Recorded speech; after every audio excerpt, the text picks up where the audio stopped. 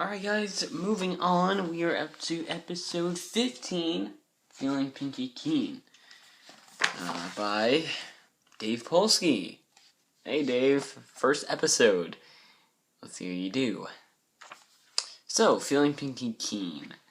It's a normal day in Ponyville, until Pinkie Pie's tingling senses send a skeptical Twilight into investigation mode.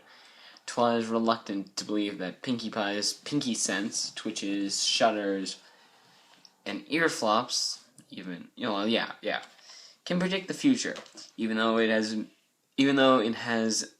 made a believer out of some of her friends, including AJ and who else?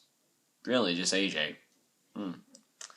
Pinkie is overcome by a dramatic shudder, the largest one she has ever experienced.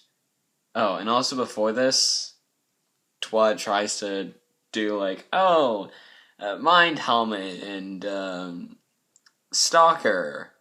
And while doing so, in comes Derpy in her first ever appearance that isn't in the background and is actually noticeably derped eye pony. So, thank you, Chris, for probably asking for that. I don't know, maybe that's Sipsy and Raven doing that. I don't know. But anyway, yada yada yada, blah blah blah. Twilight gets hurt a lot, and then Pinkie is overcome by a dramatic shudder, the largest one she has ever experienced, and it means disaster. Something big is going to happen at Froggy Bottom Bog, where Fluttershy is headed. Applejack, Pinkie Pie, and Spike immediately set out to warn Fluttershy. Twilight tags along in an attempt to disprove Pinkie's sense. When the four arrive at Froggy Bottom Bog, everything seems normal, and Fluttershy is going about her froggy business. Twilight is about to have her "I told you so" moment when a giant four-headed Hydra emerges from the water. A wild Hydra appears. The friends escape, and they realize Pinkie's sense must have predicted the Hydra, well, at least Twilight.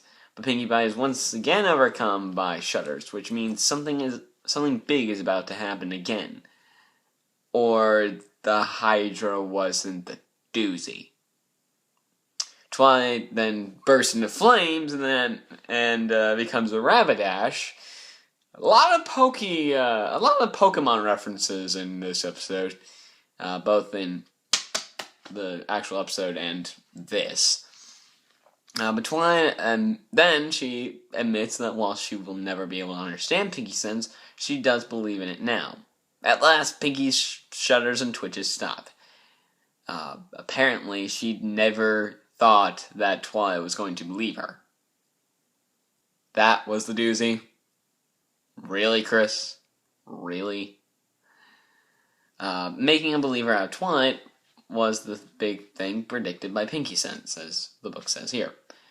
And then the freaking umbrella hats at the end, and Torpedo Celestia. Twitchy tail. Twitch. I got that within 4 minutes. Let's see how long the friendship lesson's going to take me. Dear Princess Celestia, I am happy to report that I now realize there are wonderful things in this world you just can't explain. But that doesn't necessarily make them any less true. And there goes the 4-minute thing. It just means you have to choose to believe in them. And sometimes it takes a friend to show you the way. Always your faithful... honk!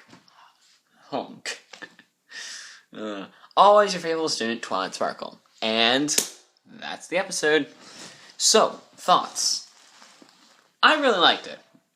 Again, there were some things I really needed a little more explanation on. The thing is, the comedy is just so good in this episode that you cannot overlook that. You can't overlook the fact that the comedy takes control of the little bits and pieces that might not make sense. But overall, Chris does a really good job. If I've given this grade before, I don't really care. 7.6 out of 10. Yeah. Pretty low, right? Well, this is his first episode. Hopefully he'll do better things, right? Right? Anyway, that's it. That is episode 15. And up next, I have been waiting for this one, and we're finally getting to it. Sonic Rain Boom, ladies and gentlemen. Dash fanboys, calm yourselves. And I got this episode done in 6 minutes. Holy crap. Yeah. See you guys for that episode. 5.5? Yes.